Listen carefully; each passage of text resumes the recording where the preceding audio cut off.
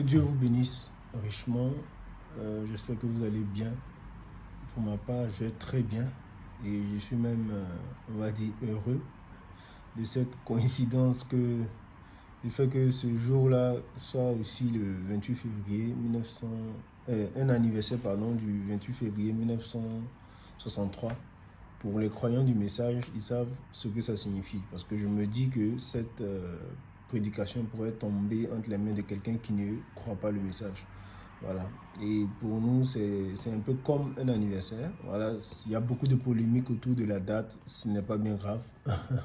C'est pas ça le plus important. Mais de savoir commémorer l'événement, je crois que c'est ça le plus important. Quel sens ça a pour nous? Voilà. Et qu'est-ce que ça nous rappelle à chaque fois? Voilà. Et dans ce tas d'idées-là, j'ai voulu vraiment aborder un sujet pour moi qui est vraiment important, qui est d'actualité. Voilà. Il a toujours été important, c'est sûr, parce que le Seigneur lui-même de son vivant en a parlé longuement. Frère Branham dit qu'il a parlé de beaucoup, il a plus parlé de sa seconde venue que de toute autre chose. Donc sa seconde venue, c'est vraiment un sujet très très important. Et c'est ce que je veux aborder aujourd'hui sous vraiment plusieurs angles, selon que le Seigneur me fait voir. Voilà. Il y a beaucoup de prédicateurs, beaucoup d'hommes de Dieu ouins qui ont abordé ce sujet et qui l'aborderont aussi. Voilà. Et je pense que ma petite pierre pourra contribuer grandement à l'édification de quelqu'un. Voilà, c'est mon souhait. Voilà. Et donc, je prie que cela puisse vous édifier. Voilà. Qui que vous soyez, voilà, pour ceux qui ne savaient pas, par exemple, certains événements, que cela puisse vous éveiller la conscience, pour vous préparer, voilà, et pour ceux qui sont déjà informés, que cela puisse vous pousser à bout afin de faire la chose qu'il faut faire. Voilà, ne restez pas là à pleurnicher sur vos faiblesses, voilà, on en a tous, et ce qu'il faut faire, c'est de les identifier et demander l'aide du Seigneur pour travailler dessus, parce que c'est lui qui a dit, qu'il allait nous perfectionner. Nous sommes conscients que, je dirais même, c'est lui qui nous a renfermés dans la désobéissance pour nous faire miséricorde. Donc, il l'a déjà dit. Il dit, si nous souffrons pour un peu de temps, peut-être votre souffrance n'est pas la mienne. Voilà, je ne sais pas ce que vous endurez, je ne sais pas là où vous êtes faible, là où vous manquez la vertu, là où vous manquez par exemple de caractère, parce que je parle de quoi? De la statue parfaite de Christ, parce que ce caractère-là répond à tous nos besoins. Le caractère de la statue parfaite de Christ répond à tous nos besoins ici-bas. Vous voyez? Donc, je ne sais pas là où vous êtes faible à cause du problème que vous avez, mais ce qui est bien, c'est que cette souffrance-là vous fait identifier le vrai problème que vous avez. Et donc, à partir de ce moment-là, vous savez sur quoi vous devez travailler. Si vous êtes colérique, vous savez que vous devez travailler votre tempérance. Et demandez l'aide du Seigneur. Ne fabriquez pas, n'inventez rien. Partez sur la base du fait que vous êtes prédestiné. Et donc, ces épreuves-là vont vous amener à extérioriser le caractère de Dieu qui est déjà en vous.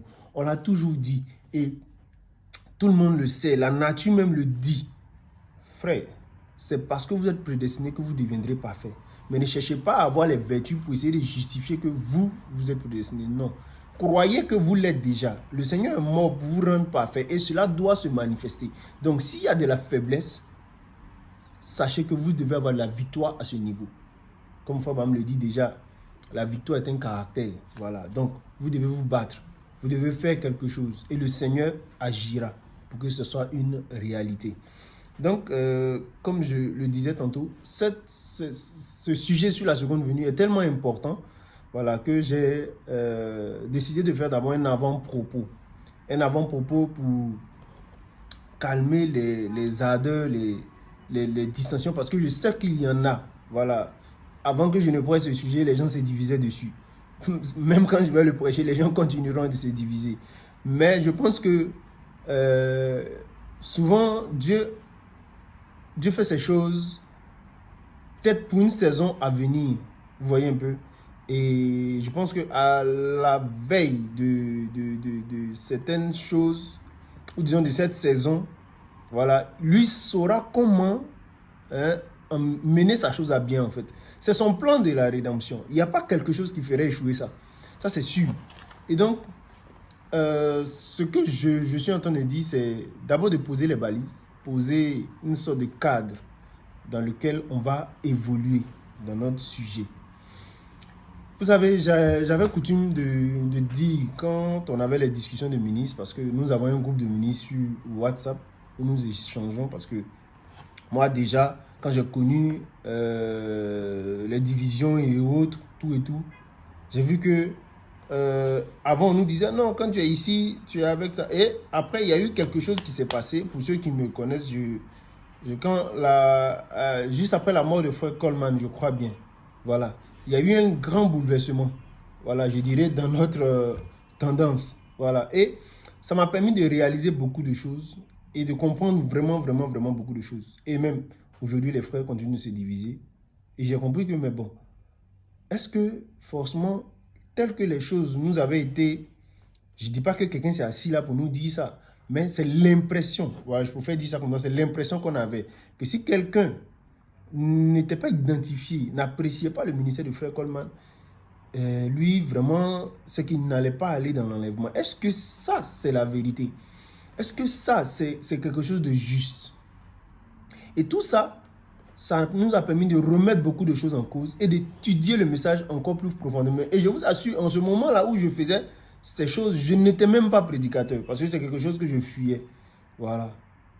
Et j'ai fini par réaliser que l'homme, son ego, ça envoie trop de problèmes. Trop de problèmes. Dieu peut susciter une chose qui est bien, mais l'homme va faire en sorte que ça va devenir mauvais. Je donne un exemple tout simple. Dieu a suscité un prophète. Si je dis frère Branham, vous allez dire, ah oui, c'est parce que... Prenons Jean-Baptiste d'abord même. Dieu a suscité Jean-Baptiste pour présenter Christ lors de sa première venue, en tant qu'agneau de Dieu. Et lors de sa seconde venue, il promet susciter encore le même esprit qui était en Jean-Baptiste, c'est-à-dire l'esprit d'Élie, pour présenter Christ encore comme étant l'époux. Ça, c'est lors de la seconde venue. C'est là que Branham intervient. Pour ceux qui ne comprendront pas ce que je dis, nous avons déjà parlé sur le ministère du frère Branham. Vous pouvez retrouver ça dans les vidéos qui sont dans, je ne dirais pas notre catalogue, en tout cas sur la chaîne.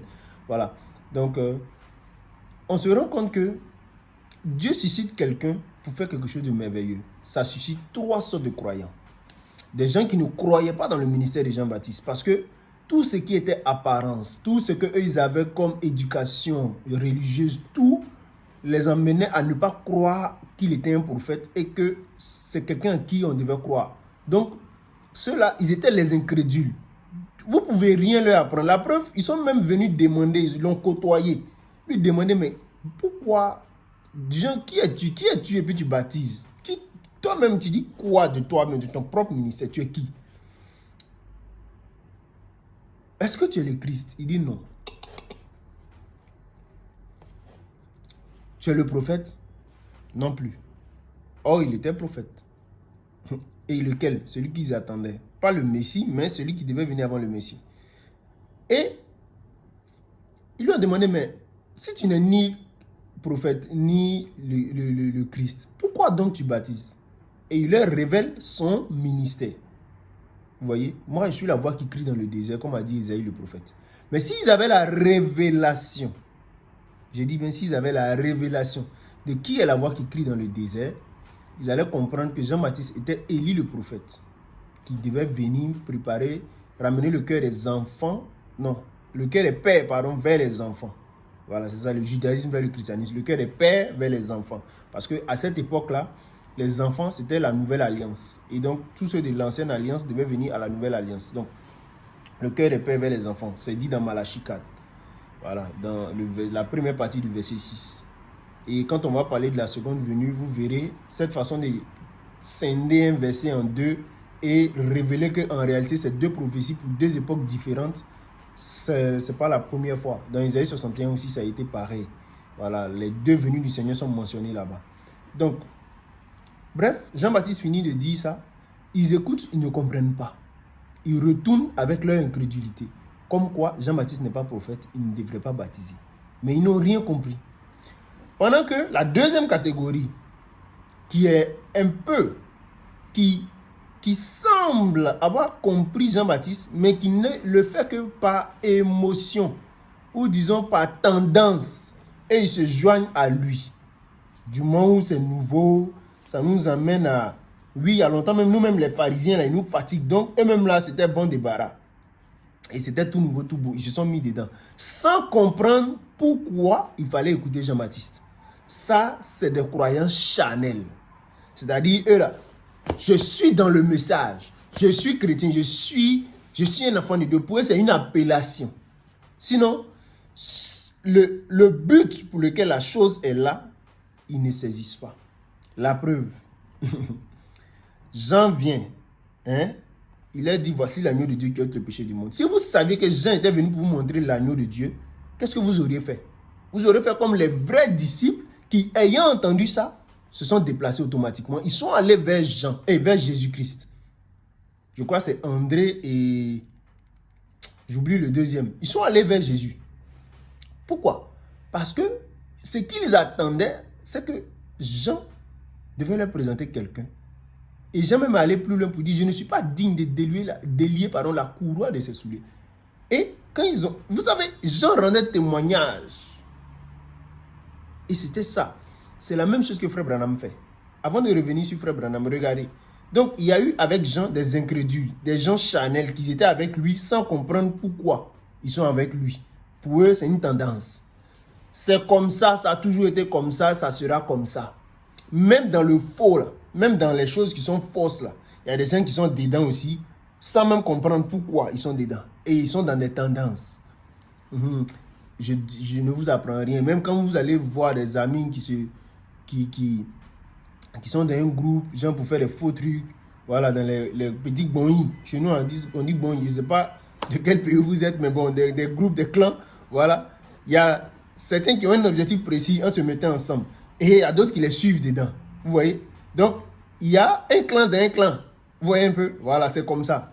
Donc, ces gens-là écoutent Jean-Baptiste, mais sans rien comprendre. Là, un deuxième exemple. Qu'est-ce qu'ils ont dit à Jean-Baptiste? Que celui que tu as présenté là, les gens s'en vont à lui. Hein. Ils vont se faire baptiser. Donc, ils étaient dérangés par le fait que Jésus commençait à gagner beaucoup de disciples que Jean. Regardez ça. Regardez. Un tel croyant, qu'est-ce que vous attendez de lui? Ce n'est pas un croyant. C'est un suiveur. C'est un suiveur. Et il y en a plein comme ça dans le message. Il y en a plein comme ça qui se tapent la poitrine. Moi, je suis un croyant du message. Tu ne crois aucun message. Il faut te poser la question. Le message, le but du message, c'est quoi? C'est avant-propos. Hein. Je n'ai pas encore abordé le sujet parce que je pense que là, on va faire un avant-propos pour dire, poser quelques balises et puis aller plus loin. Voilà. C'est peut-être dans dans la deuxième prédication sur le sujet de la seconde venue. On va commencer à toucher certaines choses beaucoup plus directement. Parce que ce sujet-là, il englobe beaucoup de trucs. Je veux le poser principalement et puis après, je vais continuer les choses avec mon assemblée. Voilà, on va toucher la chose essentielle qu'il faut comprendre derrière tous ces mystères, derrière toutes ces choses-là. Et ensuite, je pense que on va s'édifier parce qu'il y a beaucoup de prédicateurs qui ont abordé ça sous plusieurs angles. Et moi, je crois qu'en communiant ensemble, on va apprendre les uns des autres et nos assemblées seront édifiées. Ça, c'est ce que le Seigneur nous a dit. Il a donné les uns, pas un, mais les uns, comme pour le perfectionnement des saints. Il y a des choses que je peux comprendre que peut-être vous, en tant que ministre, ou bien toi, une autre personne, votre pasteur ne peut pas comprendre. Mais quand je l'explique, ça l'aide à comprendre mieux. Et il y a des choses que lui, il comprend que moi, je ne comprends pas peut-être parfaitement. Et quand il va l'expliquer, je comprendrai mieux. Ça va faire quoi? Nos compréhensions vont s'ajuster sous plusieurs angles. Et c'est comme ça qu'on aura une vue globale, la longueur, la hauteur, la largeur, de la pierre des fêtes, bref. C'est-à-dire comprendre la parole sous plusieurs angles et maintenant la dispenser comme il se doit. Bref, donc le troisième croyant, comme je le disais, pour parler de Jean-Baptiste, pour finir avec son aspect, c'est celui-là qui a fait comme André. Quand il a entendu, voici l'agneau de Dieu qui ôte le péché du monde, qu'est-ce qu'il a fait? Il a suivi Jésus-Christ. Et aujourd'hui, Dieu a envoyé William Branham. Pour quel but? Pour quel but? Pour nous présenter Christ dans sa seconde venue. Dieu le précise. Parce que Branham ne pouvait pas quitter la scène sans montrer Christ dans sa seconde venue. Est-ce que ça veut dire que la seconde venue accomplie, je ne répondrai pas. Je ne répondrai pas. Quand je vais aborder le sujet sur la seconde venue, je vais donner plus de détails. Mais sachez une chose, Branham ne pouvait pas quitter la scène sans présenter Christ dans sa seconde venue. Il est la voix qui dit, voici l'époux, allez à sa rencontre. Maintenant, soyez intelligents, ouvrez votre entendement. Quand c'est écrit comme ça dans Matthieu 25, qu'est-ce qui s'est passé? Est-ce que l'époux est apparu sur le champ? Mais quand on dit voici l'époux aller à sa rencontre, ça veut dire qu'il y a eu quelque chose. Quelque chose s'est passé et ce quelque chose a signalé la présence de l'époux. Donc il était là, mais il n'était pas là. Mais c'est là qu'il faut comprendre en fait. L'époux était là, mais en même temps il n'était pas là. Donc vous devez comprendre ce que ça veut dire. Quand on dit voici l'époux, c'est qu'il y a quelque chose. Donc Branham devait présenter ça. Et il faut comprendre ce que ça signifie. Pour pouvoir se préparer. Parce que quand les gens ont entendu voici l'époux, juste après, qu'est-ce qu'ils ont fait? Ils ont commencé à préparer leur lampe. Ça ne vous fait pas bizarre? Normalement, s'il est là, quel est le besoin de préparer sa lampe? Pourquoi avoir besoin de préparer sa lampe maintenant? 3 étapes. 3 étapes. Je ne sais pas pourquoi je suis en train de parler de ça, mais 3 étapes. Voici l'époux. Première étape. Deuxième étape, on prépare les lampes. Normalement, si voici l'époux signifie que tout s'arrête là, pourquoi on prépare les lampes? Pourquoi donc on prépare les lampes? C'est un signal. Ensuite, on dit, voici l'époux, allez à sa rencontre. Qu'est-ce qui se passe ensuite? On prépare les lampes et on cherche à aller à sa rencontre. Chose bizarre, qu'est-ce qui se passe? Quand les gens commencent à prendre conscience de cela, d'autres voient que, ils n'avaient pas d'huile. Nous tous on sait ce que l'huile typifie. Pour ceux qui ne savent pas ce que ça typifie la nouvelle naissance. Parce que quand il a dit ça typifie le Saint-Esprit, ça va créer encore d'autres questions. L'huile typifie la nouvelle naissance. Parce que beaucoup peuvent être loin du Saint-Esprit sans être nés de nouveau. Et ça, vous le savez.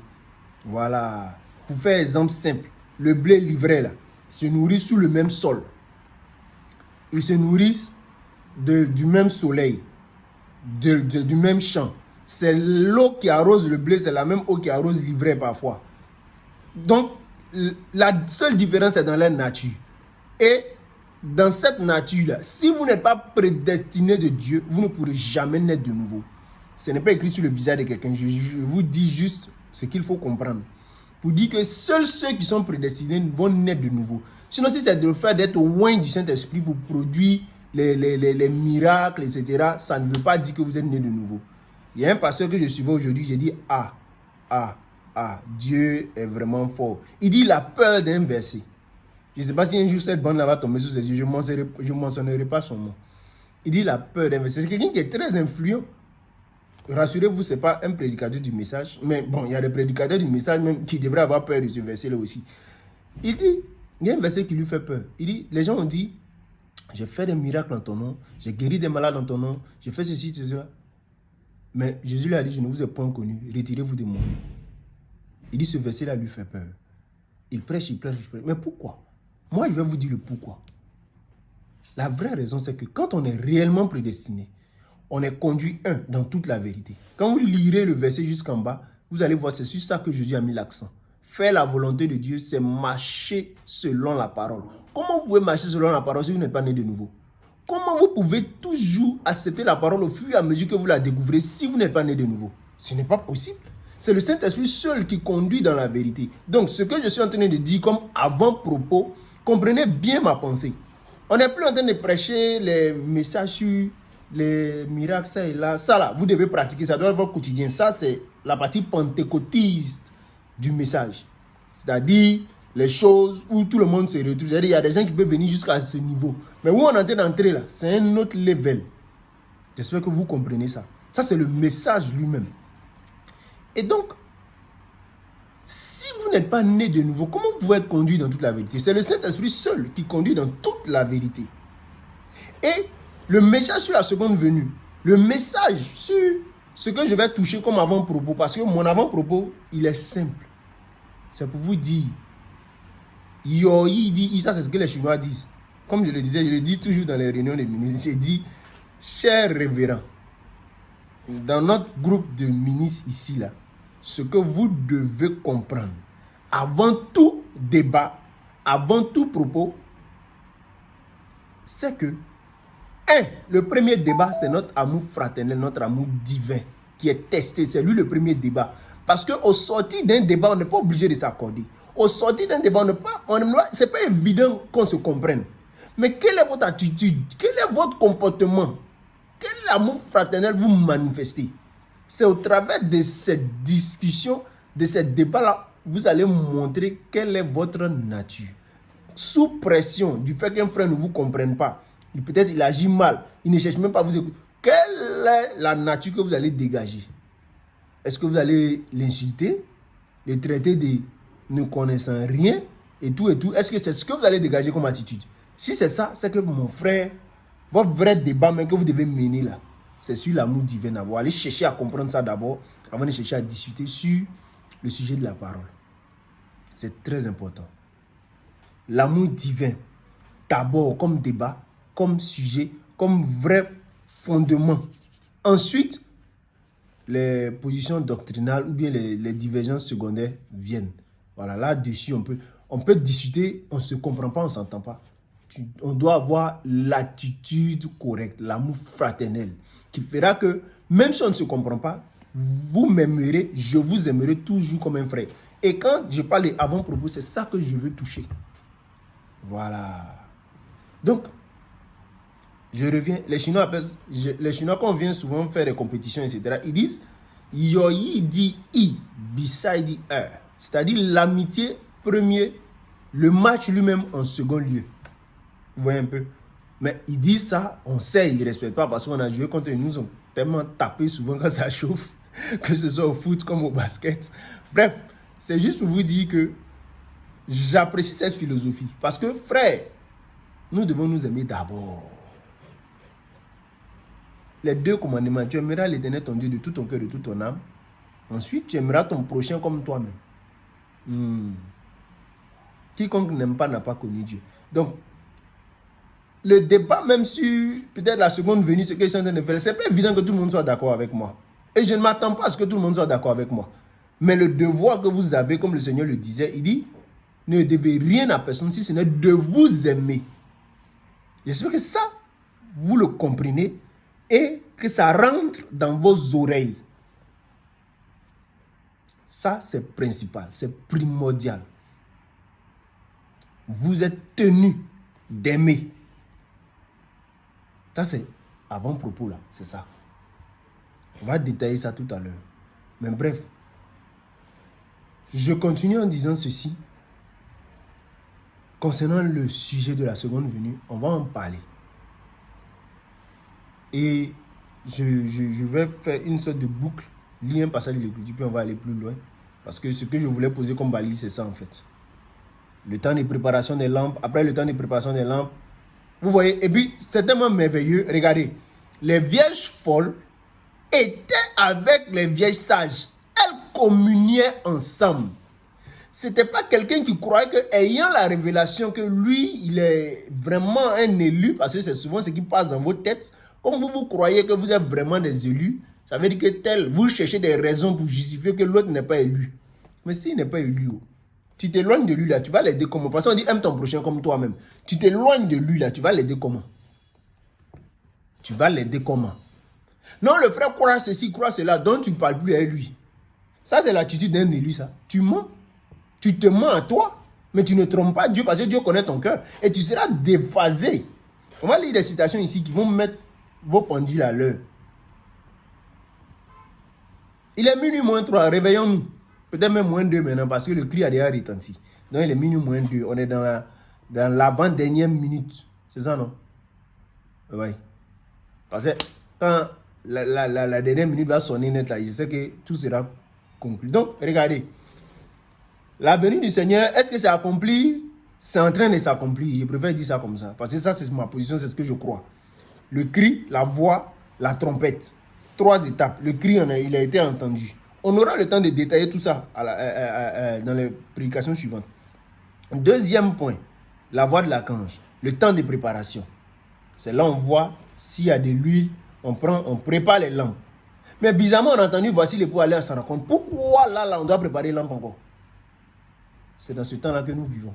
Et c'est dans ce temps de communion-là que les gens se sont rendus compte que... Donc maintenant, si vous ne voulez pas ramener l'amour fraternel, comment les gens vont se rendre compte qu'ils n'ont pas la vie? Et Frère Branham va plus loin, il dit, quand l'épouse aura retrouvé sa position, sa place en Christ, sa sainte décence et son affection fraternelle, elle va appeler les autres à la communion. Vous quand vous avez vos révélations, là, vous vous séparez des gens. Non, ils sont perdus. La séparation est scripturaire. On va parler de ça. Il y a des séparations qui ne sont pas scripturaires. Il y a des... Vous ne savez pas qu'on peut être ensemble sans forcément et avoir des divinités secondaires. On va en parler. Mais je pense que j'ai déjà touché un peu ce sur quoi je désirais parler. On n'est pas obligé de s'accorder sur le sujet de la seconde venue. Libre à vous. Mais l'amour, c'est important. Je vais lire quelque chose dans 1 Corinthiens 13 qui sera ce sur quoi je vais me baser pour mon avant-propos parce que je sais que vous l'avez deviné.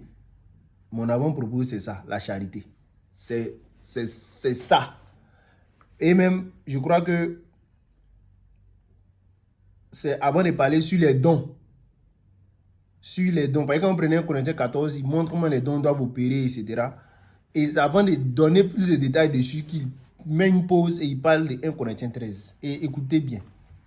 Quand je parlerai la langue des hommes et des anges, si je n'ai pas la charité, je suis un airain qui résonne ou une cymbale qui retentit. Et quand j'aurai le don de prophétie, la science de tous les mystères et de toute la connaissance, les dangereux prédicateurs, là, c'est vous. Quand j'aurai le don de prophétie et la science de tous les mystères, c'est-à-dire que quand le frère, tu l'écoutes comme ça même, tu es fan.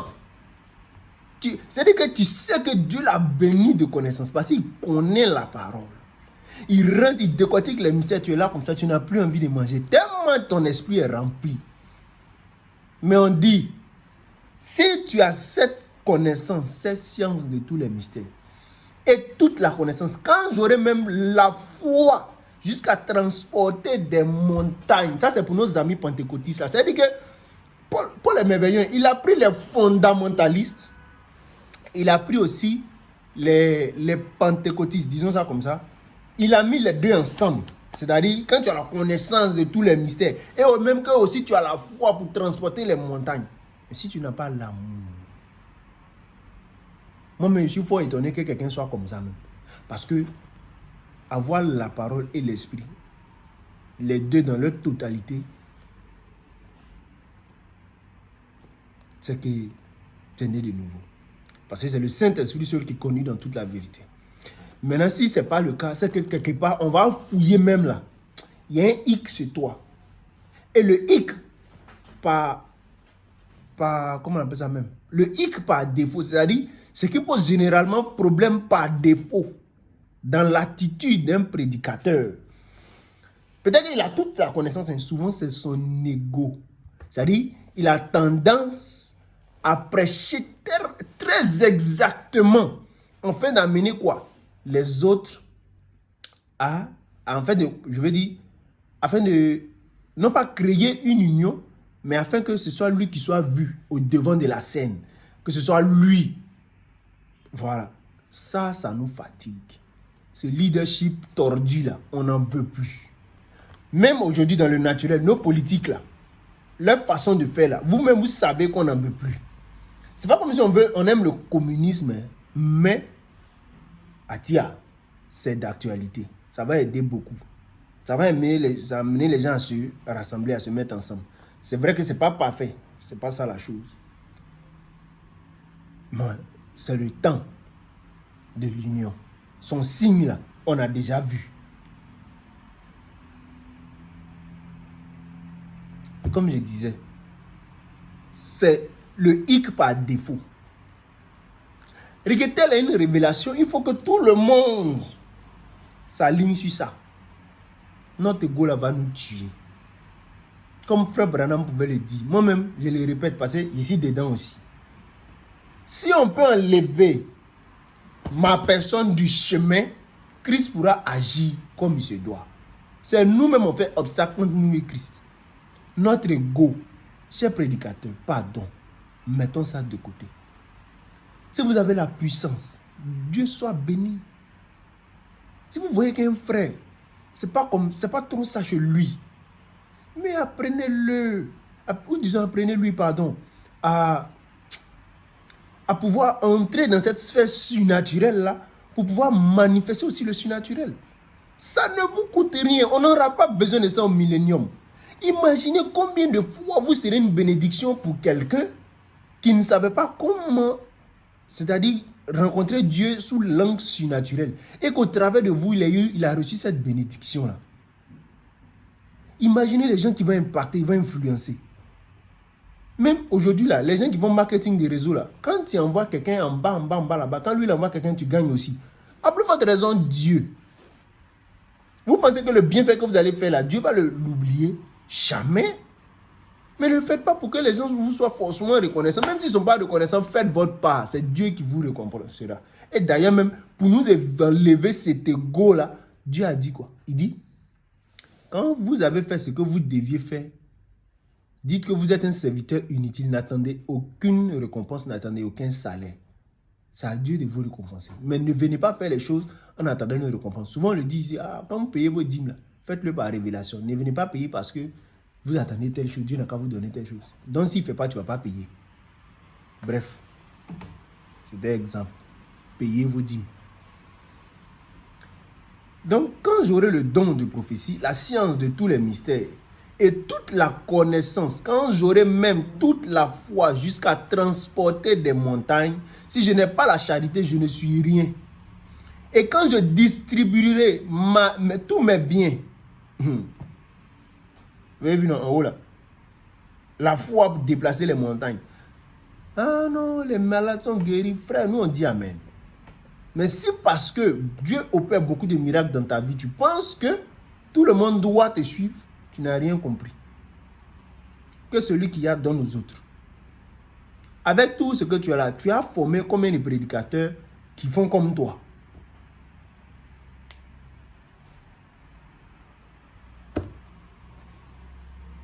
La science de tous les mystères. Donc si on ne te croit pas, c'est qu'on est perdu. Laisse ton ego. Je peux ne pas comprendre aujourd'hui ce que tu dis et demain mieux te comprendre. Mais pour ça, là, on va briser la fraternité. Comment on va se comprendre maintenant? Quand il a dit à l'autre, je suis du message, toi aussi tu as dit, tu es du message. Peut-être même tu vas aller lui dire, lui là, il est dans le message, mais il n'est pas. Tu sais, dans le message, c'est fini. Tu as cassé mon influence sur lui. Tu as gâté même l'influence du Seigneur, tout et tout. Alors que peut-être notre sujet là, peut-être c'est moi qui ai raison. Ou bien peut-être c'est toi qui as raison, mais plus tard le Seigneur peut m'amener à comprendre. Mais parce qu'aujourd'hui, je ne suis pas d'accord avec toi. Bon, l'homme qui a la science de tous les mystères est fâché. On est perdu. Il va me traiter des noms, des petits noms bizarres qu'on prend pour s'insulter là. Continuons. Je ne dis pas qu'on ne peut pas avoir des guerres scripturaires. Mais quand on finit, même si on ne s'est pas entendu, on est frères. Moi-même maintenant, mais s'il fait débat avec quelqu'un, puis on ne s'entend pas là. Après même, il va m'envoyer dans un restaurant, partir manger, s'égayer, tout et tout, parler des choses qui ne nous divisent pas. Et puis bon, voilà, on se laisse dans une bonne atmosphère. Maintenant, tu fais débat avec moi, il faut préparer l'an de poulet, on va partir manger. Allez s'amuser un peu. Parce que vous les ministres là, vraiment, c'est les ministres même le vrai problème. Parce que, regardez, c'est pas que je ne veux pas continuer mon sujet. Si les prédicateurs avaient la bonne attitude, ils allaient emmener leur brebis à avoir la bonne attitude. À avoir corrigé net. Dès qu'il y a un écart, ils allaient taper dessus. Et ça allait mener les assemblées à se respecter entre elles. Pour dire que vous voyez tel qui a telle tendance. Moi, votre frère, je ne suis pas d'accord avec. Mais vous devez vous aimer. Parce qu'on ne sait jamais. Peut-être qu'ils ont raison, peut-être qu'ils n'ont pas. Même pour l'instant, voilà comment je vois la chose. Mais nous sommes frères, etc. Tout et tout. On peut même faire ça, excusez-moi, avec la dénomination. Je ne dis pas qu'il faut s'unir à elle. Il y a une séparation. Quand on va aborder les sujets à venir, on va voir. Il y a des séparations qui sont scripturées. Ça, c'est normal. Mais le fait d'aimer là, frère, il n'y a pas de séparation dedans. Tu ne peux pas me prouver le contraire. Vierge Chouane même était avec Vierge Sage dans Matthieu 25. Les deux communiaient ensemble. Les deux se préparaient avec l'huile ensemble. C'est là l'autre a pris conscience qu'elle n'avait pas l'huile. Maintenant, toi, c'est toi qui es le séparateur par excellence. Quand toi tu as révélation, l'autre là, c'est plus la peine. Il cabote. Donc, si les prédicateurs ont mené les brebis à avoir la bonne attitude, comme eux-mêmes ils ont la bonne attitude, parce que la vie parle plus fort que les mots. Tu vas créer l'amour, l'amour, l'amour, l'amour. On voit comment tu parles des autres prédicateurs. C'est comme ça que les ministres aussi vont, tes croyants vont parler des autres prédicateurs. Mais si tes croyants comprennent que vous pouvez avoir vos convictions et ne pas être d'accord avec quelqu'un, mais vous devez l'aimer, ils vont aimer les autres. Ils vont aimer les autres. Même quand on se retrouve dans des assemblées où on ne leur prêche pas ce que tu prêches, ils vont dire, ah, moi, voilà comment on m'a enseigné dessus. Je ne crois pas. Mais si vous devez peut-être discuter ou bien faire le débat, approchez tel ministre, voilà, c'est mon pasteur, il va mieux vous expliquer. Mais moi, voici comment je crois. C'est comme ça qu'il a expliqué, je crois, je dis amen. Ah, d'accord, ok. Ah, c'est ton ancien. Ok, ok. Et puis, elles vont continuer de communier, même quand elles ne se comprendront pas. Elles savent que ce sujet-là, on peut ne pas s'entendre. Mais ce qui nous permet de communier, on communie dessus. Jusqu'à ce que Dieu nous fasse grâce. Voilà. Et ce que j'ai dit là, je le vis. Voilà. Mon épouse le vit. Les croyants qui je suis là, ils le vivent aussi. On n'a pas de problème avec quelqu'un. Même nous, dans la tendance que tu veux, on va se sentir à l'aise. Si on ne peut pas avoir un pain complet, le peu qu'on peut avoir, on va manger, on va avancer. Et même, je vous dis quelque chose. Même les gens de la dénomination, ne pensez pas que vous n'avez rien à apprendre d'eux. Ne pensez pas que vous n'avez rien à apprendre d'eux. Bref, continuons. Quand je distribuerai tous mes biens pour la nourriture des pauvres, quand je livrerai même mon corps pour être brûlé, si je n'ai pas la charité, cela ne me sert de rien. La charité est patiente. Elle est pleine de bonté. La charité n'est point envieuse. La charité ne se vante point. La charité ne s'enfle point d'orgueil. Ah, elle ne fait rien de malhonnête. Il y a d'autres, mais souvent ils sont gentils à toi, mais avec intention. Ils sont gentils parce que ils veulent peut-être quelque part te manipuler, te mettre sous. Mais c'est mal me connaître, moi ici, têtu. Tu peux finir m'aider. Si ta position n'est pas correcte, je te dis, je vais te présenter mes convictions. Si ça cause de ça, tu ne vas plus m'aider. Libre à toi. Continuons. Elle ne se réjouit point, elle ne fait rien de malhonnête, elle ne cherche point son intérêt, elle ne s'irrite point, elle ne soupçonne point le mal. Elle ne se réjouit point de l'injustice, mais elle se réjouit de la vérité. Elle excuse tout, elle croit tout, elle espère tout, elle supporte tout. La charité ne périt jamais. Les prophéties prendront fin, les langues cesseront, la connaissance disparaîtra, car nous connaissons en partie et nous prophétisons en partie. Mais quand ce qui est parfait sera venu, ce qui est partiel disparaîtra. Connaissance là, vous avez entendu non? C'est-à-dire que tu as connaissance, mais on dit que tu connais en partie. Donc pourquoi même? C'est pourquoi. Quand ce qui est parfait sera venu, ce qui est partiel disparaîtra. Lorsque j'étais enfant, je parlais comme un enfant. Je pensais comme un enfant. Je raisonnais comme un enfant. Lorsque je suis devenu homme, je vais disparaître ce qui était de l'enfant. Aujourd'hui, nous voyons au moyen d'un miroir d'une manière obscure. Mais alors, nous verrons face à face. Aujourd'hui, je connais en partie, mais alors, je connaîtrai comme j'ai été connu. Maintenant, ces trois choses demeurent, la foi, l'espérance et la charité. Mais la plus grande de ces choses, c'est la charité. Wow, c'est merveilleux.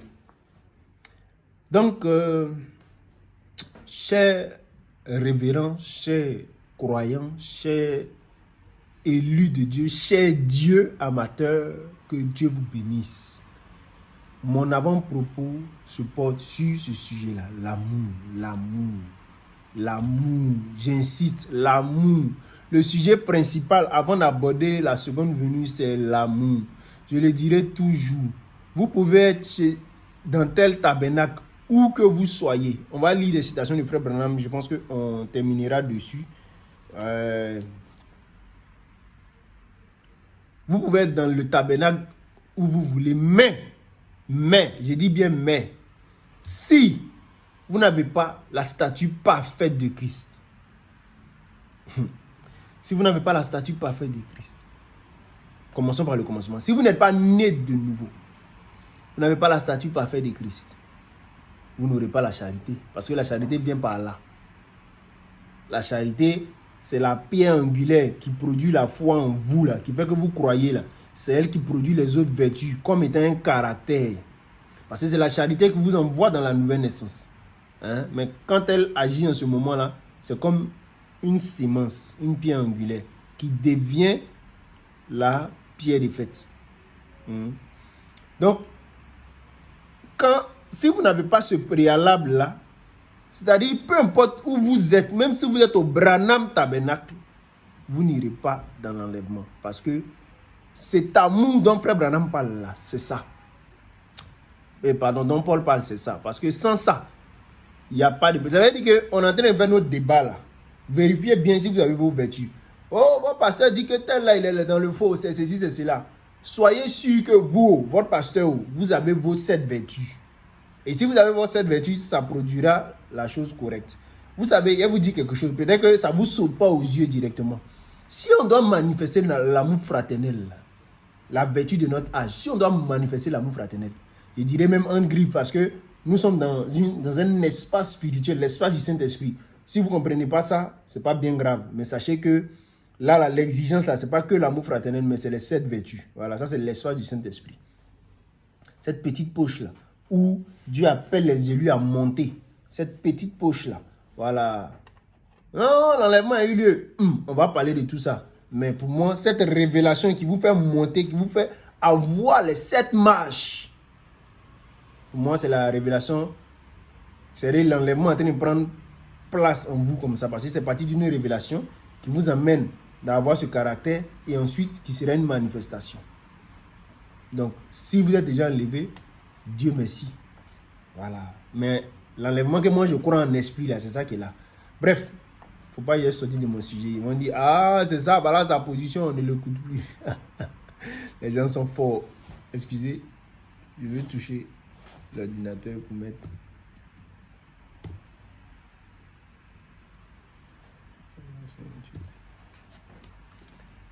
Ok, donc, je disais que soyez sûr que vous avez les vertus. Parce que ce qui va faire que vous irez dans l'enlèvement, c'est vos vertus.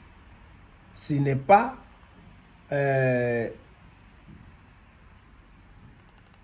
ce n'est pas l'éloquence de votre pasteur. Ce n'est pas, je ne sais pas quoi, ce n'est pas ça. Laissez tout ça. On va lire l'expérience de Frère Branham tout à l'heure. Et vous allez comprendre pourquoi j'ai voulu faire cet avant-propos là.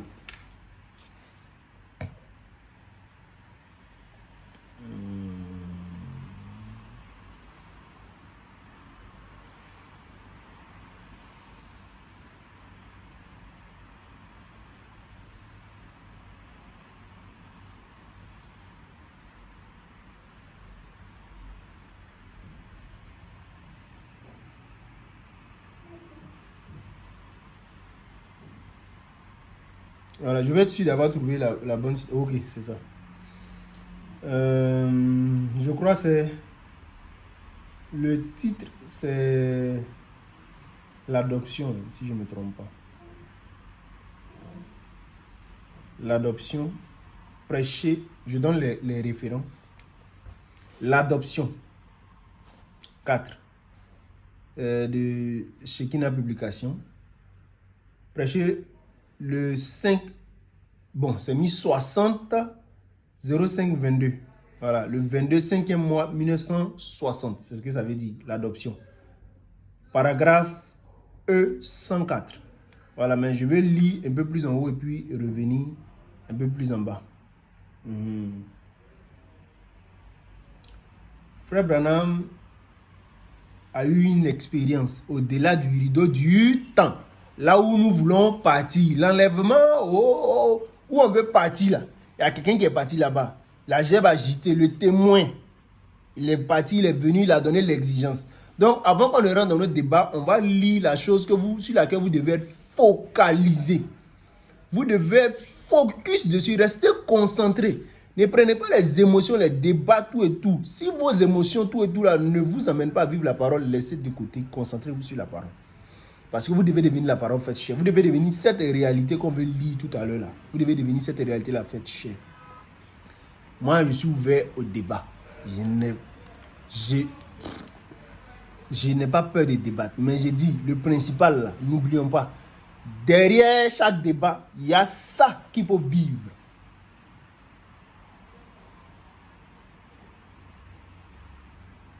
Frère, on parle de notre héritage. Parce que je pense que je suis ici au paragraphe 89. Et nous savons que tout ce que nous sommes en train de faire comme truc là, c'est pour avoir notre héritage. Co-héritier de Christ. Nous savons que notre héritage, c'est la divinité de la chair. Et c'est de ça qu'il va parler. Il dit notre héritage au paragraphe 89, E89. Notre héritage nous a été donné comment? Par quoi? Par prédestination. C'est ce qui a fait que j'ai parlé de la nouvelle naissance. J'ai dit même que c'est la pierre angulaire. C'est-à-dire cette nouvelle naissance qui emmène en fait que dis-je? Cette prédestination, un griffe qui emmène la nouvelle naissance et qui produit les vertus et qui emmène la charité. Donc c'est ça que vous devez viser. Quand il y aura les conflits, quand il y aura des problèmes à la maison, les enfants sont malades, etc., c'est dur, c'est chaud, ça veut dire que quelque part, il y a une vertu qui répond à ce besoin. Jéhovah, je suis Yahweh. Je suis quoi? Complète avec un des 7 noms rédempteurs. Une des vertus va répondre à un besoin. Bref, c'est notre héritage. Donc, en dehors même des débats, nous avons, les débats nous suscitent pour une vertu, ça c'est l'amour fraternel. Ça fait intervenir beaucoup de vertus, la tempérance, la connaissance pour discerner que ce n'est pas mon frère, c'est le diable, tout et tout, voilà, tout ça. Voilà, mais je veux dire, vous-même là, en dehors des débats, il y a débat, il n'y a pas de débat, vous devez avoir quelque chose à l'esprit. Vous devez contempler la statue parfaite de Christ et travailler jusqu'à ce que vous soyez exactement comme ça. Et tout ça, ça se fait par le Saint-Esprit. C'est-à-dire, ce qu'il faut chercher en premier, c'est la nouvelle naissance. Parce que notre héritage nous est donné par prédestination, pas par les œuvres. Par prédestination. Et cette prédestination nous amène à manifester les œuvres. Il dit, la prédestination, c'est la préscience. Comment Dieu savait qu'il pourrait vous faire confiance comme prédicateur? Par sa préscience. Ce n'est pas lui qui veut, ni ce n'est pas celui qui veut, ni celui qui court. Ni celui, c'est Dieu qui fait miséricorde, c'est exact. Donc, j'ai envie de dire quelque chose avant de continuer. Frère, en réalité, même, ne vous battez pas, parce que la séparation est déjà faite avant la fondation du monde. Ceux qui vont aller dans l'enlèvement, là, ils iront dans l'enlèvement coûte que coûte. Donc, vouloir vous séparer des autres à cause des débats, là, ça ne sert à rien. Si vous avez quelque chose de bon, là, apprenez ça aux gens. Et puis arrêtez de créer des querelles pour rien. Et d'ailleurs, même si vous avez vraiment cette vie-là, vous manifesterez l'amour au lieu de manifester une mauvaise attitude. Il savait ce qu'il y avait en vous. Il savait ce qu'il y avait en vous avant même que vous ne veniez sur terre. Il savait ce qu'il y avait en vous avant qu'il y ait une terre sur laquelle vous puissiez venir. C'est ça. C'est lui ça. Ça, c'est le Dieu infini qui est infini. Nous sommes limités. Nous ne pouvons pas penser autrement que d'une façon limitée. Cela en a beaucoup compté pour moi. Depuis ce qui m'est arrivé, je ne sais pas. Quand j'y pense, que je me suis retrouvé là-bas pendant ces quelques instants de joie et que je me disais, il n'y a pas de lendemain, il n'y avait pas d'hier, il n'y a pas de maladie, il n'y a pas de chagrin, il n'y a pas de un tout petit peu de bonheur et ensuite beaucoup de bonheur. Il n'y a que du bonheur. Oh là là. Oh, quand je me tenais là et que j'ai dit, qu'est-ce que c'est? La voix a dit, c'est l'amour parfait. C'est-à-dire que quand un frère maman est entré dans cette dimension-là, vous voulez partir, nous on croit, moi je dis amen, nous croyons que le ciel, ce n'est pas des années-lumière dans l'espace, c'est une dimension. Et frère maman est allé dans cette dimension. Nous disons amen. Nous savons comment il est parti. Ce n'est pas en portant un casque d'astronaute. Il est sorti de son corps. Oui. Parce qu'il voyait son corps couché. Et lui-même savait qu'il allait quelque part d'autre. Dans une dimension. Et, frère, ce dont nous sommes en train de parler là, c'est que bientôt nous irons dans cette dimension avec des corps glorifiés, des corps rendus jeunes. J'ai dit quelque chose. Le corps glorifié n'a pas les cheveux blancs. Hein? Vous avez, je ne sais pas combien, 68 ans, ou bien peut-être 54 ans, peut-être dans la quarantaine, et vous croyez que vous êtes déjà enlevé. Ah! Il ne faut pas sauter les étapes. On ira dans cette même dimension, mais avec des corps glorifiés. Ah, comment ça se peut? Jésus est parti là-bas avec un corps. Quand il est ressuscité, et puis les disciples le regardaient dans Acte 1, là, et puis il est monté là. Et puis il est devenu nué là. Et puis il a dit, cette même année, il va venir là. Il est parti là-bas avec quel corps? Ce n'est pas corps glorifié. Vous n'allez pas mourir, oui. Mais vous irez là-bas avec un corps glorifié. Parce qu'on ne va pas là-bas avec ce corps Chanel. Tu as encore 54 ans, ou bien peut-être 60 ans. Et c'est toi qui dis que tu es déjà enlevé. Tu es déjà enlevé, tu es où? L'enlèvement a déjà eu lieu. Et puis, donc toi, tu es dans le millénium. On n'a qu'à continuer. Après, je vais toucher point par point tout ce qui me fait dire. Parce qu'on va parler des divergences aussi. Les divergences qui sont dans le message. Comment il faut les voir et quelle attitude à adopter. Parce que certainement, quand il y a une extrême, c'est qu'il y a quelque chose de merveilleux à prendre et de laisser l'autre partie. Parce que frère Bram dit, quand vous voyez deux tendances, c'est que certainement l'une a une partie de la vérité, l'autre a une partie de la vérité. Restez dans le juste milieu, sinon votre adoption va quitter. C'est comme ça qu'il le dit, sinon votre adoption va quitter. Je continue. Il dit, la voix dit, c'est l'amour parfait. Et tous ceux que tu as aimés et tous ceux qui t'ont aimé sont ici avec toi en ce moment. Et tu nous... Ça, c'est les gens qui parlaient maintenant. Hein, la voix continue. Et tu nous présenteras au Seigneur Jésus quand il viendra.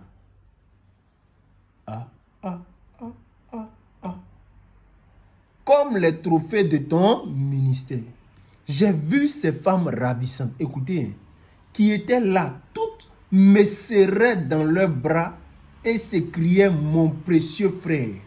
J'ai vu ces hommes avec les cheveux ébouriffés, ici autour du cou. Ils s'accouraient et me serraient dans leurs bras en disant, notre précieux frère bien-aimé. Je me suis dit, qu'est-ce que ça veut dire? Il a dit, ce sont les tiens. J'ai dit, les miens? Il ne peut pas y avoir autant de Branham. Il y en a des millions. Il a dit, ce sont tes convertis. Alléluia. Ce sont tes convertis. Ce sont ceux qui, il a dit, tu vois celle qui est là-bas, la femme la plus ravissante que j'ai jamais vue, il a dit, elle avait 90 ans quand tu l'as conduite à Dieu. Quand frère Branham la regardait, elle était ravissante.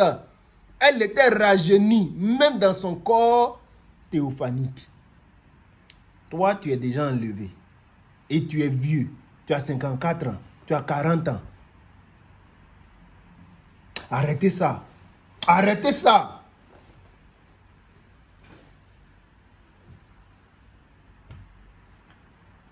Elle avait plus de 90 ans quand tu l'as conduite à Dieu. Ce n'est pas étonnant qu'elle s'écrie « Mon frère bien-aimé ». Il a dit, elle ne sera plus jamais vieille. Pourtant, toi, ton âge augmente. L'année prochaine, tu vas fêter l'anniversaire encore. C'est du passé pour elle. Elle est dans la splendeur de la jeunesse. Mighty God, chat. Elle est ici. Il n'a pas à boire de l'eau fraîche. Elle n'en a pas besoin. Il ne faut pas boire l'eau 2 jours. On te voit ici. Qu'on est ici déjà enlevé. Tu es déjà enlevé. D'accord. Elle n'a pas à s'étendre pour dormir. Parce qu'elle n'est jamais fatiguée. Il n'y a pas de demain, il n'y a pas d'hier, ni rien. Nous sommes dans l'éternité à présent. Mais un jour glorieux, le Fils de Dieu viendra. Et tu seras jugé selon la parole que tu leur auras prêchée. Oh frère, regardez. Sera jugé, ça ne veut pas dire que on va t'affaire à soi. Là, même. Si vous êtes spirituel, vous allez comprendre que le jugement a déjà eu lieu. Parce que s'ils sont déjà dans ce lieu d'extase, au lieu d'être au séjour des morts, hein, là où, comment il s'appelle là même, Lazare était, hein, parce que vous avez vu que depuis Abraham même, avant que le Seigneur ne déplace, on va dire le sein d'Abraham, n'envoie les saints dans cette dimension-là, ils étaient déjà séparés. Donc, certains sont dans le tourment. Quand vraiment les âmes qui sont maintenant en prison, vous comprenez qu'il y a des âmes qui sont tourmentées, mais eux-mêmes sont déjà en exil. Ça veut dire qu'ils étaient déjà jugés. Et c'est ce qui a fait qu'à la mort, pim, ils sont partis de là où il fallait. Maintenant, la parole fait le jugement. Présentement, ne dormez pas. Ne pensez pas que... Oh, continuons. Elle n'a pas assez... Mais, pardon, j'ai dit, est-ce que Paul devra présenter son groupe? Oui, oui. J'ai dit, je l'ai prêché exactement comme Paul l'avait annoncé. Et je n'en ai jamais dévié. Ah. Paul dit, nous ne mourrons pas tous. Nous serons changés en un instant, en un clin d'œil. Toi, tu dis, tu es déjà enlevé. Pourquoi vous faites ça même? Arrêtons ça.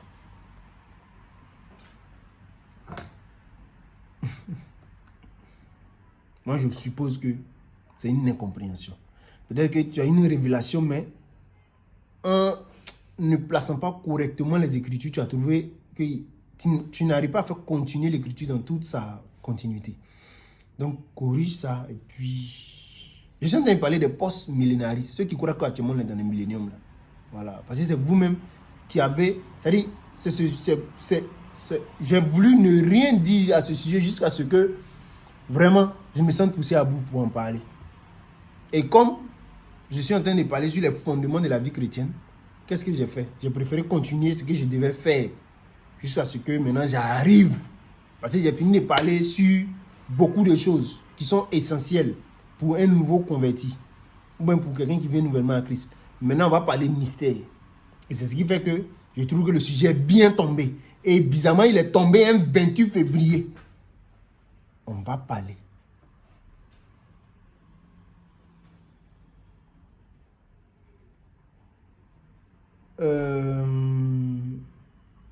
Je l'ai prêché exactement comme Paul l'avait annoncé. Je n'en ai jamais dévié. Je n'ai jamais accepté de credo d'église ni rien. Je n'ai pas changé. Ils se sont tous écriés d'un même accord. Nous le savons. D'où leur vient cette assurance? Nous nous reposons avec cette assurance. Ils ont dit, tu nous présenteras à lui. Et après, nous retournerons tous sur terre pour y vivre pour toujours. Oh, my. Nous retournerons tous sur terre pour y vivre pour toujours. Toi, tu dis l'enlèvement a déjà eu lieu. Le millénium est en cours. Pourtant, moi, je ne vois pas William Branham présentement avec moi. Mon précieux frère William Branham attend la voix de l'archange.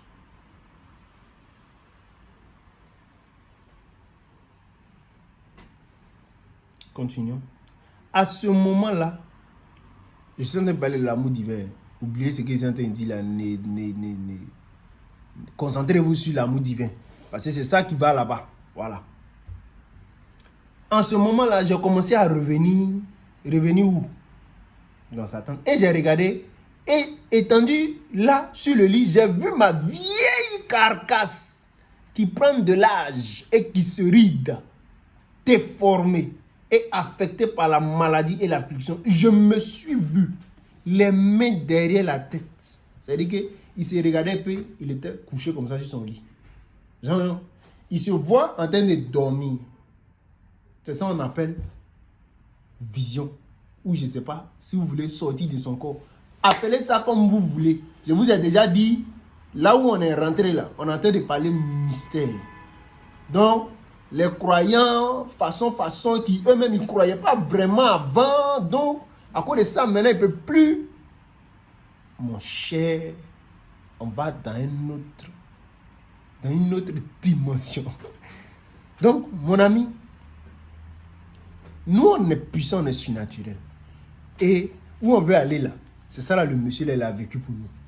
Voilà, c'est pourquoi nous l'aimons. C'est notre leader, c'est notre coach, William Aaron Branham. C'est notre Moïse dans cet exode. Et l'exode que nous vivons aujourd'hui là, c'est quitter l'humain pour venir à la divinité. Tel que lui-même, ça a été le cas pour lui. Et ça a été tellement réel que les fanatiques, des fanatiques, comme ceux-là qui étaient attachés à Jean-Baptiste, ont commencé à l'adorer. C'est là qu'ils ont gâté. Mais nous savons que quelque chose s'est passé. Voilà pourquoi, parce qu'il n'y a pas fumé sans feu. Quelque chose s'est passé, c'est pourquoi ils sont fait ça. Mais ce n'est pas correct, parce que lui-même, il a confirmé. Le seul que nous devons adorer, c'est Jésus-Christ. Le seul humain que nous devons adorer, c'est lui. Voilà. Mais pour le reste, Parce que si moi aussi je n'ai pas bien à mon adoption, vous allez m'adorer? Non.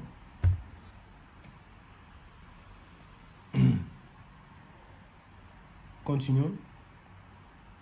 Il dit, j'ai vu, je me suis vu les mains derrière la tête, j'ai pensé, oh, est-ce qu'il va falloir que je retourne encore dans cette histoire-là? C'est Branham qui parle, c'est de son corps, il parle comme ça. Et j'entendais toujours cette voix. Continue à courir vers le but. Continue à courir vers le but. Et j'ai dit, Seigneur, j'ai toujours cru en la guérison divine. Hein? Et je continuerai à y croire. Mais je m'empressais de gagner des âmes. Et je te le certifie. Mais je m'empresserai de gagner des âmes et je te le certifie. Et j'en ferai entrer tellement là-bas. Prête-moi vie, Seigneur. Et je te ferai entrer un autre million là-bas. Si seulement tu veux me prêter vie. Oui, ça c'est ma prière. Seigneur, donne-nous assez d'amour. Donne-nous ta vie. Pour que nous puissions redresser ce qui est tordu. Et au-delà de ça, que nous puissions gagner beaucoup d'âmes. Que nous, tes prédicateurs, donne-nous ta vie. Que nous soyons exactement ce que tu as dit dans Éphésiens 4. Pour que nous puissions gagner des âmes. Fais en sorte que nous puissions, un lot de prédicateurs, aller dans des campagnes de guérison. Emmener le Dieu d'élie sur la scène. Le Seigneur Jésus-Christ. Celui-là qui se tient là présentement. Celui-là qui a ouvert les sceaux au travers de William Branham. Puisse agir sur la scène. Emmener des âmes à sortir de la captivité. Et emmener les ennemis à naître de nouveau et à grandir dans la parole. Seigneur, prête-nous vie. C'est ma prière. Continuons notre lecture. Il dit leur couleur, leur credo, leur nationalité, c'est qu'ils sont sa mètre égale. Ils sont tous un quand ils arrivent là-bas. Si vous comprenez. Et ces lignes de démarcation là, c'est du passé. Oh, je voyais ces femmes. Elles étaient si jolies. Je n'avais jamais vu. Qui avaient de longs cheveux et qui les descendaient jusqu'au bas du dos. De très longues jupes. Non, sœur, si tu crois que tu es déjà enlevé, habille-toi décemment. Parce que celles qui sont de l'autre côté, là, c'est comme ça qu'elles sont. Et que sur la terre même, tu ne supportes pas ça, ça ne te plaît pas, mais tu penses que tu vas aller au ciel. Mais la dimension même du ciel, tu n'arrives pas à la refléter sur la terre. Tu n'arrives pas à refléter l'amour divin sur la terre. Tu ne supportes pas. Parce que le frère t'a dit de telle chose, tu veux le tuer. Et toi, tu dis que tu es enlevé. Tu iras dans l'enlèvement. Tu n'iras nulle part. Tu n'arrives même pas à avoir l'apparence de ce qui se passe là-bas. Et tu veux partir là-bas.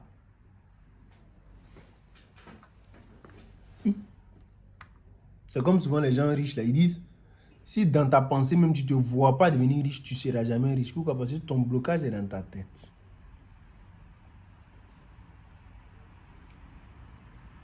De très longues jupes. Elles étaient pieds nus. Je voyais les hommes. Les cheveux ébouriffés autour du cou.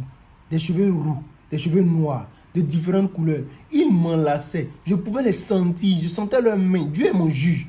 De même que ce livre sacré qui est ouvert. Je pouvais les sentir autant que je peux sentir mes mains sur mon visage. Ils m'enlaçaient. Il n'y avait aucune sensation avec les femmes. Non, l'enlèvement a eu lieu. Et même c'était encore théophanique. Mais regardez, il ne ressentait pas plaisir. Toi, ton enlèvement a eu lieu. Pourtant, pardonnez-moi ce que je vais dire. Pourtant, la nuit là, tu fais des choses. Tu fais les trucs façon. Il est quelle heure? Je dois bientôt arrêter parce que je crois que c'est l'heure du rassemblement ici. Mais on va terminer la citation.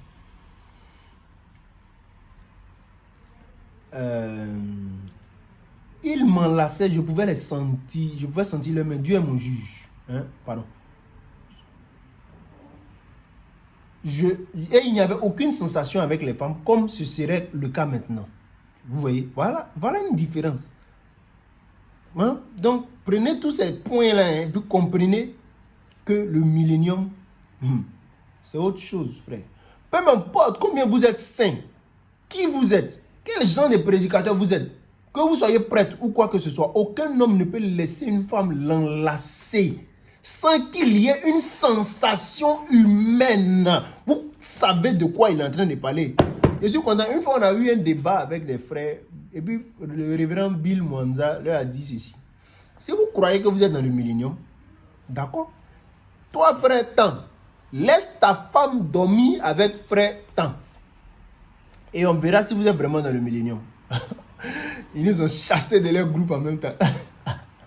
Vous vous dites que vous êtes dans le millénium, vous n'êtes pas encore glorifié. On ne va pas au millénium comme ça.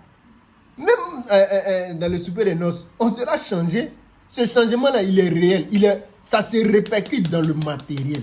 C'est réel. Ce n'est pas de l'imagination.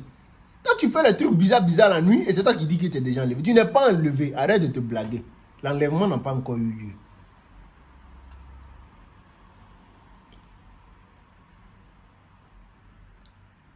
Ça commence par une révélation, ça se termine par une manifestation.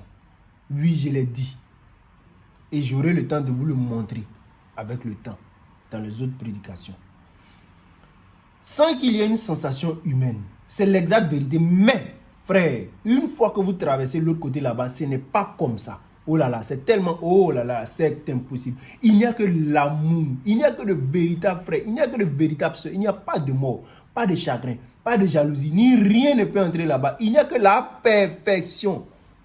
Hein, il a donné les yeux comme un apôtre pour le perfectionnement des saints. Voilà la perfection. C'est à là que je veux arriver. C'est tout ce pourquoi je lutte. J'ai dit, oh Seigneur, c'est pour ça que je suis ici à l'église, pour essayer de mettre l'église en ordre. Pour vous dire, vous, frères et sœurs, qu'il n'y a qu'une seule chose qui peut entrer là. C'est l'amour parfait. Non pas que vous êtes fidèle au Branham Tabernacle. Non pas parce que vous écoutez les bandes chaque jour dans votre tabernacle. Non pas parce que vous êtes même dans mon assemblée. Ça ne veut rien dire. Il vous faut l'amour parfait. Donc tu es venu dans le message, c'est pourquoi. Toi-même pose-toi la question. Ensuite tu sauras si le pasteur est en train de t'envoyer là-bas ou pas. Et si tu penses qu'il ne t'envoie pas là-bas, trouve là où tu te sentiras à l'aise, mais n'oublie pas l'objectif principal. Et si tu as l'occasion d'aider ce pasteur que tu penses qu'il est en erreur, fais-le dans la bonne attitude. Ne cherche pas à fermer sa bouche. Vous dites non, il ne doit pas prêcher. Les Éphésiens 4. Non, ils induisent les gens en erreur. Ils écoutent les bonnes seulement. Qui t'a dit ça? Qui t'a dit ça? Vous pensez que si c'était ça là, Dieu ne pouvait pas chaque... Vraiment. Qui vous met ces inspirations là même dans la tête même?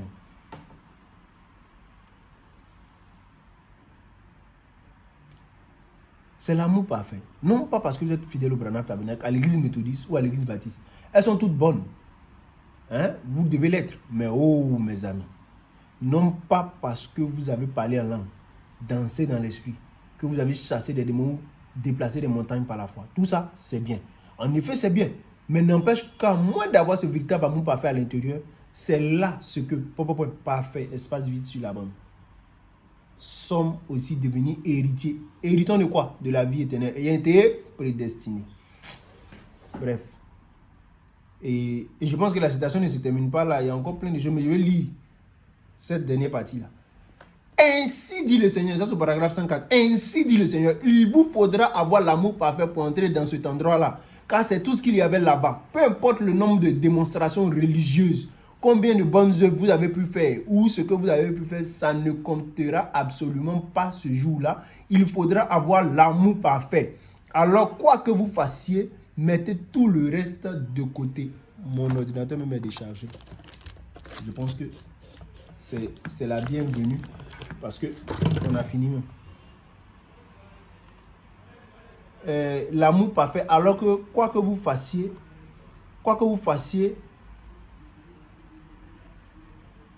combien de bonnes œuvres vous avez pu faire ou quoi que vous avez pu faire, ça ne comptera absolument pas. Alors il faudra avoir l'amour parfait. Alors quoi que vous fassiez, mettez tout le reste de côté jusqu'à ce que vous soyez tellement remplis de l'amour de Dieu au point de pouvoir aimer ceux qui vous haïssent.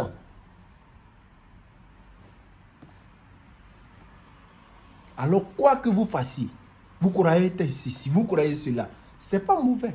On peut ne pas être d'accord. Mais mettez tout ça de côté jusqu'à ce que vous soyez tellement rempli de l'amour de Dieu. Vous avez soulevé votre tendance, tant mieux. Moi, je ne suis pas d'accord avec vous. Et je vais le montrer par les Écritures. Et quand je vais finir là, mon frère, on n'a qu'à s'aimer. Point barre. C'est ce que Dieu exige de nous. Si on ne peut pas le faire, c'est que nous-mêmes là, on est en train de se mentir. Il dit, soyez tellement remplis de l'amour de Dieu au point de pouvoir aimer ceux qui vous haïssent. Tu préfères ne plus parler avec un frère, mais tu continues de communier avec les païens. Ah! Vraiment, c'est compliqué. C'est compliqué. Je termine avec cette citation de Frère Branham. Je ne sais pas s'il faut la lire, mais je vais vous donner la référence et puis m'arrêter là. Il dit entrer dans l'esprit au paragraphe 47, E47. Hein? Je vais laisser la première partie, je vais lire juste. Voilà. Il dit, et c'est ce que nous avons essayé de faire pendant 2000 ans. Et vous, les pentecôtistes, vous faites la même chose, cherchant à le trouver par l'organisation. Vous n'y arriverez jamais. C'est-à-dire, quand vous avez une révélation, vous créez votre petit clan, les autres, ils ne sont pas dans la vérité, vous êtes dans la vérité. Votre organisation, vous n'y arriverez jamais. Il dit, en cherchant à le trouver par l'organisation, vous n'y arriverez jamais tout en vous séparant des autres frères. Retenez ça. Vous n'y arriverez jamais en vous séparant des autres. Ce n'est pas la peine de dire à tes brebis, non, ceux-là, ils sont perdus, tu mens. Tu n'y arriveras jamais en te séparant des autres frères. Vous devez revenir. Nous devons être un. Peu importe que cet homme soit dans l'erreur. Ah, là c'est fort. Hein? Peu importe que cet homme soit dans l'erreur. S'il est dans l'erreur et qu'il est sincère dans son cœur, et que vous êtes dans le vrai, dans votre croyance, alors que vous êtes en erreur de par votre comportement, je préférerais, c'est Branham qui parle, je préférerais être à sa place. L'homme qui est parti au-delà du rideau du temps, hein. Je préférerais être à sa place qu'à la vôtre, c'est vrai. Je préférerais être en erreur dans ma doctrine et être en ordre dans mon cœur. Dieu aura beaucoup de considération pour cela. Non, si quelqu'un ne croit pas comme moi, c'est vous qui êtes inspiration dans ce vous seul Dieu a donné. Ah. Donc si quelqu'un ne croit pas comme lui, ça va en enfer. Ou bien il ne va pas dans l'enlèvement. Qui vous a dit ça?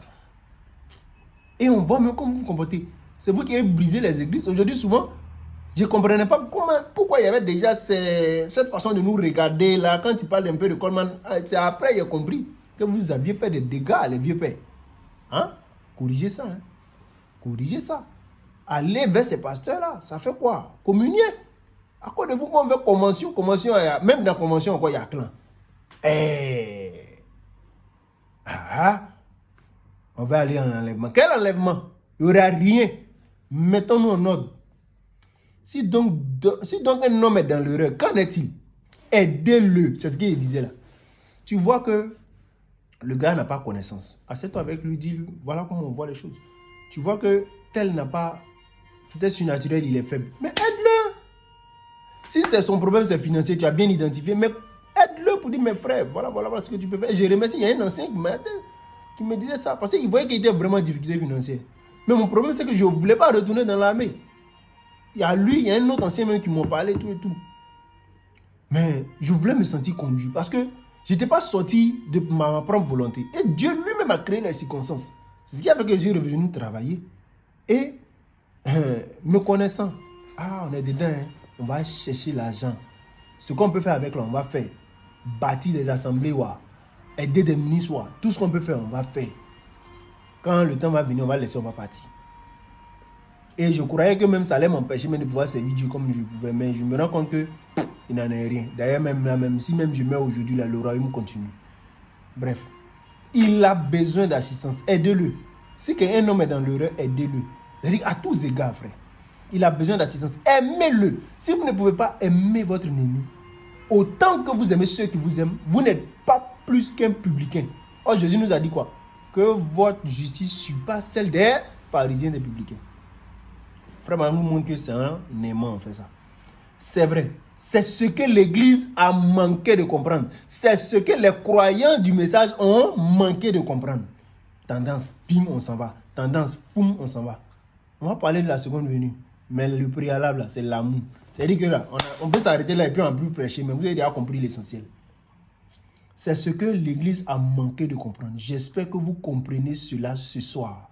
J'espère que vous voyez de quoi je parle. Oh my Seigneur Dieu Tout-Puissant, Créateur des cieux et de la terre. Père, ma prière est que tu nous aides à abonder dans cet amour, afin que nous puissions nous aimer comme il se doit. Père Céleste, merci. Merci pour tous ceux qui écoutent cette bande. Merci Seigneur. Les emmener Seigneur à reconsidérer leur vie. Et Seigneur, à davantage se pencher sur cet amour pour que chaque jour de leur vie, ils puissent chercher à grandir dans cet amour, être remplis de ta personne, être remplis de toi, ô Dieu Tout-Puissant, afin de refléter, Seigneur, ta vie. Car le mystère caché de tout temps, de tous les âges, c'est toi en nous. Cet amour parfait en nous. L'espérance de la gloire. Amen. Amen. Shalom.